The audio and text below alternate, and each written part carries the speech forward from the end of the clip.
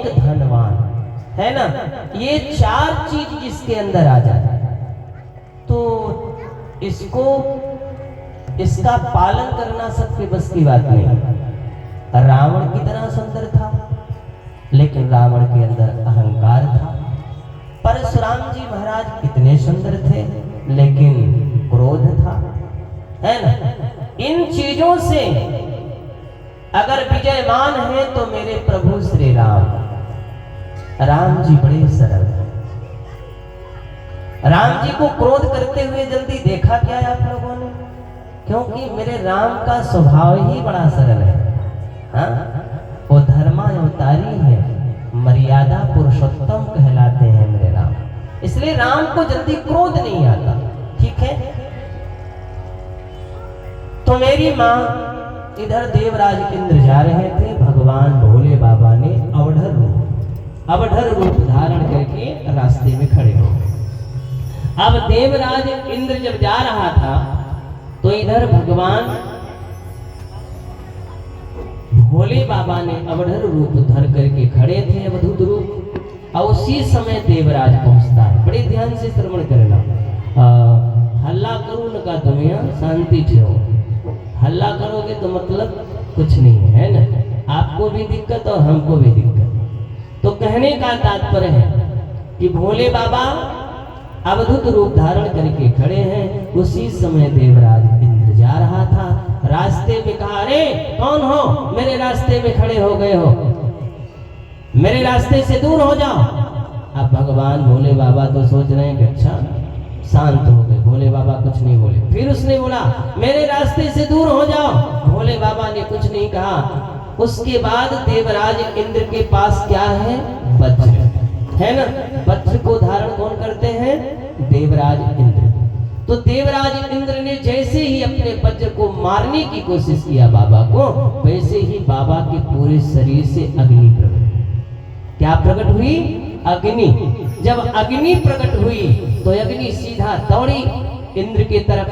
जब इंद्र के तरफ दौड़ी तो उस ज्वाला से इंद्र जलने लगा, घबराने लगा, क्योंकि इतनी भयंकर ज्वाला थी, उस ज्वाला को कोई सहन नहीं कर सकता था। अब इधर बृहस्पति महाराज जी जान गए कि देवराज इंद्र ने गलती किया है।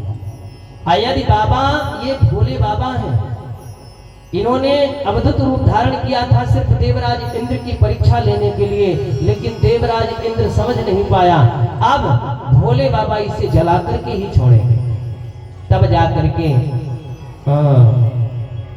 बृहस्पति महाराज जी ने स्तुति की, स्तुति करने लगे। 16 श्लोकों में उन्होंने स्तुति की। कैसे? नमो देवाधिदेवाय महादेवाय चात्मने महेश्वराय प्रभवे त्र्यंबकाय कपर्दिने दीनानाथ विभो नमो अंधकविसूदिने त्रिपुर ध्यानाय सर्वाय ब्राह्मणे परमेष्ठिने। 16 श्लोकों में बृहस्पति महाराज जी ने श्लोक की, महाराज शांत हो जाइए। हाँ, ये देवराज इंद्र हैं। हाँ, इन्होंने आपको पहचानने में देरी कर दी। हे दीनों के देवों के देव महादेव, आप तो सब पर कृपा करते हैं और सबको माफ करते हैं, इसलिए देवराज इंद्र को माफ कर दीजिए। शिव के नेत्राग्नि से सागर में एक अद्भुत शिशु का जन्म हुआ। जालंधर नाम हुआ उसका, वे दैत्यों का अधिपति हुआ। ब्रह्मा जी कहते सागर से, यह वीर धनी विजयी होगा, कोई नहीं मार सके इसको, शिव के ही हाथों बंध होगा। मेरी माँ भगवान भोले बाबा ने कहा, बृहस्पति मैं इसे क्षमा तो कर दूंगा, लेकिन ये मेरे शरीर की निकली हुई जो ज्वाला है, मैं इसे दोबारा ग्रहण नहीं कर सकता। कैसे? जिस प्रकार से सर्प जब अपने केचुड़ को छोड़ता है, केचुड़ माइते का तुम्हारा, हाँ केचुड़ जो सर्प जब निकलता है ना, जो ये होता है सर्प, कौन सा सर्प है वो, हाँ जो भगवान बाबा के गलों में रहता है, करिया बोलते हैं उसको, करिया सर्प जो होता है तो केचुड़ छोड़ता है कि नहीं छोड़ता? देखा है आप लोगों ने कभी? केचुड़ निकलता है, तो जब निकलता है तो बाबा ने कहा कि उस केचुड़ को सर्प दोबारा ग्रहण नहीं करता, दोबारा उसे नहीं स्वीकार करता, क्योंकि उसे एक ही जगह छोड़ देता है और फिर वो चला जाता है। उसी प्रकार से भोले बाबा ने कहा कि मैं इस अग्नि को दोबारा ग्रहण नहीं कर सकता, क्योंकि ये अग्नि अब या तो इंद्र को जलाएगी या तो फिर विनष्ट ही कर देगी। तो बृहस्पति जी ने बहुत विनती की, तब भोले बाबा ने कहा कि आप ही बताओ मैं इसे कहाँ छोड़ूं। तो उन्होंने कहा भगवान आप इसे समुद्र में छोड़ दीजिए, ज्वाला बन जाए, हाँ समुद्र में जब आप छोड़ेंगे तो ये शीतल हो जाएगा। बाबा ने तुरंत उस ज्वाला को समुद्र में फेंक दिया। जब समुद्र में फेंका तो उसी समुद्र से एक पुत्र परिवर्तित हो गया, जो मतलब ज्वाला थी, अग्नि की ज्वाला, वो ज्वाला पुत्र के रूप में परिवर्तित हो गई। किसके रूप में परिवर्तित हुई? पुत्र के रूप में, बेटे के बालक के रूप में परिवर्तित हो गई। तो जल से कौन निकला? जालंधर। उसका नाम क्या पड़ा? जालंधर, क्योंकि जल से ही प्रकट हुआ, इसलिए उसका नाम जालंधर हुआ। तो कौन है? जालंधर। अब जालंधर को ब्रह्मा जी ने देखा, समुद्र देव ने अपने गोदी में बिठाकर खिला रहे थे। ब्रह्मा जी आए, उन्होंने पूछा ये तुम्हें पुत्र कहाँ से प्राप्त हुआ? उन्होंने कहा कि ये पुत्र तो हमें जल से ही मिला। तो उन्होंने कहा ठीक है। ब्रह्मा जी अभिषेक करने लगे कि अभिषेक कर देता हूँ, शुद्ध कर देता हूँ, शुद्ध हो जाएगा। तो जब अभिषेक करने लगे ब्रह्मा जी, तो ब्रह्मा जी को उसने पकड़ लिया और उनकी दाढ़ी पकड़कर नोचने लगा, छोटा सा बालक। और जब पकड़कर नोचने लगा तो ब्रह्मा जी की आंखों में आंसू आ गया, ब्रह्मा जी के पूरे शरीर में मतलब पसीना आ गया। तो ब्रह्मा जी ने कहा मैं आज से ही इसका नाम जालंधर रखता हूँ और इसको कोई जल्दी मार नहीं पाएगा। ये किसी के हाथ से मरेगा नहीं, और जब भी मरेगा तो किसके हाथ से मरेगा? बाबा के हाथ से मरेगा, भोले बाबा के हाथ से, बाकी इसे कोई नहीं मार पाएगा। धीरे धीरे वही जालंधर बड़ा हो गया। जब बड़ा हो गया तो उसका विवाह कालनेमी नाम का एक राक्षस है, जो कि रामचरितमानस में कालनेमी की एक आती है, यदि आप लोग जानते होंगे तो कालनेमी की पुत्री थी वृंदा। कौन थी? वृंदा। तो कालनेमी की पुत्री वृंदा के साथ में उसका जालंधर का विवाह कर दिया गया। बोलिए शंकर भगवान की। अब जालंधर का जब विवाह हो गया वृंदा के साथ, कालनेमी की पुत्री के साथ, तो वृंदा क्या थी? पतिव्रता नारी थी। और जो नारी पतिव्रता है उसके पति को भगवान भी जल्दी नहीं मार सकते। जो नारी अपने पतिव्रत का पालन करती है उसके पति को भगवान को भी मारने में बहुत बड़ी कठिनाई आ जाती है, क्योंकि भगवान भी उसे नहीं मार सकते।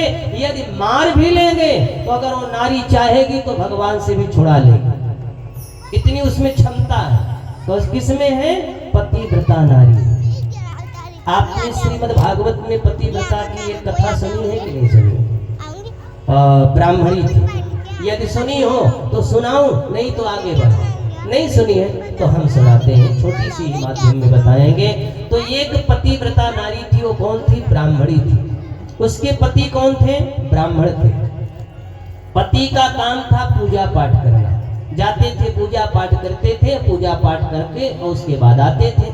आने के बाद जब पत्नी देखती थी तो पति की सेवा में लग जाती थी, क्योंकि नारी का सबसे बड़ा धर्म है अपने पति की सेवा, है ना। जब भी पति अगर कहीं दूर से आ रहा है तो हमारे बहनों का कर्तव्य है कि अपने पति देव को पानी लेकर पहले जाए, क्योंकि प्यास लगी होगी, दूर से आ रहा होगा, है ना। किस ढंग से है, कैसे माइंड में है। हाँ, व्यक्ति कितना भी कम में हो, कितनी भी माइंड खराब हो, अगर उठा करके जल पी ले तो उसको एक बार शांति मिल जाती है। है ना। तो व्यक्ति यदि आपका पति कहीं दूर से आ रहा है तो तुरंत आप जल लेकर जाओ और जल ले जाकर के तुरंत अपने पति देवता को पीने के लिए दो। उसके बाद फिर पति देवता यदि पानी पी लेते हैं तो फिर एक बाल्टी पानी ला करके अपने पति देवता को दे दो, हाथ पैर धो ले। उसके बाद जब हाथ पैर धो लेंगे तब आप अपने पति देवता को बैठाओ। हाँ, तो ब्राह्मणी क्या करती थी, ब्राह्मणी ने देखा पति देवता आए हैं और उस समय हर माताओं की आदत है, आप सब भी तो बिनती होंगी, है ना। तो ब्राह्मणी भी बिन रही थी। इतने में पति देवता आए, गर्मी का सीजन था, धूप का उस समय कड़ाके की धूप थी और उस धूप में बेचारा ब्राह्मण पूजा पाठ करा के रास्ते से आ रहा था और एकदम गर्मी से बेहाल था। हाँ, जैसे ही गर्मी से बेहाल था आया और आने के बाद पत्नी तो चावल बिन ही रही थी, पत्नी के अपने पलथी पर अपना सर रख करके बेचारा ब्राह्मण सो गया। उसको नींद आ गई। जब नींद आई तो पत्नी ने देखा कि मेरा में गिर जाएगा और जल करके खाक हो जाएगा। पत्नी ने सोचा कि अगर नहीं जाऊंगी तो बेटा जल जाएगा, गिर जाएगा, तो इधर जाती हूँ तो हमारा पति व्रत नष्ट हो जाएगा, क्योंकि हमारे स्वामी इस समय गहरी नींद में सो रहे हैं, इनको जगाना उचित नहीं है। अब बेचारी संकट में पड़ गई कि करूँ तो करूँ क्या। अब ऐसी यदि बात आपके सामने आए मेरी माँ, मेरी बहनों, तो आप लोग क्या करेंगे? बेटे को बचाएंगे कि अपने पति व्रत को बचाएंगे? खरं खरं सांग, जेवढं तुम्हारे मन में आए तेवढं बोले तो। हाँ, बोला क्या करेंगे? पति व्रत को बचाएंगी कि अपने पुत्र को बचाएंगी? आपका पुत्र इस समय यज्ञशाला के सन्मुख खड़ा है, यदि आपका पुत्र यज्ञशाला में गिर गया तो समझो कहानी खत्म। इधर यदि आपके पति देवता, जब आप उठेंगी झटके में तो पति देवता आपके पलथी पर सर रखकर सो रहे हैं, और जब आप उठेंगी तो पति देवता का सर धड़ाम से पहले तो धरती माता में लग जाएगा, है ना। तो किसको बचाएंगे आप? बड़ा संकट में आ गया है जीवन। किसको कह दूं? पति को कह दूं कि पुत्र को कह दूं, है ना। तो संकट में मत आओ, संकोच मत करो, सीधा बोलो हमको ये सांगना है तो सांगना है। सांगे तुम्हें? हाँ, बोलो दोनों को। अरे वाह, धन्यवाद, क्या बात है। और आप लोग किसको बचाएंगे? बोलो दीदी, आप किसको बचाओगे? हाँ, दोनों को।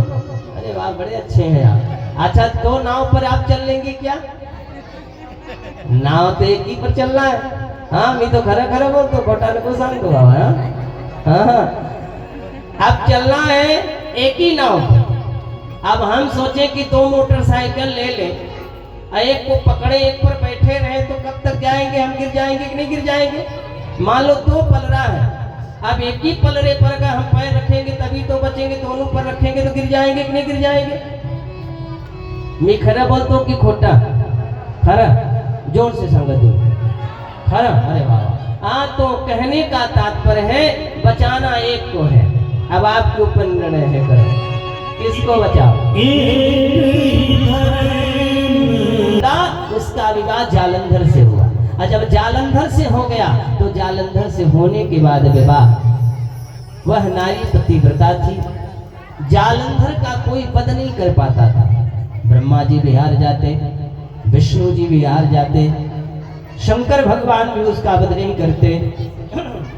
एक दिन वही जालंधर गया कहाँ?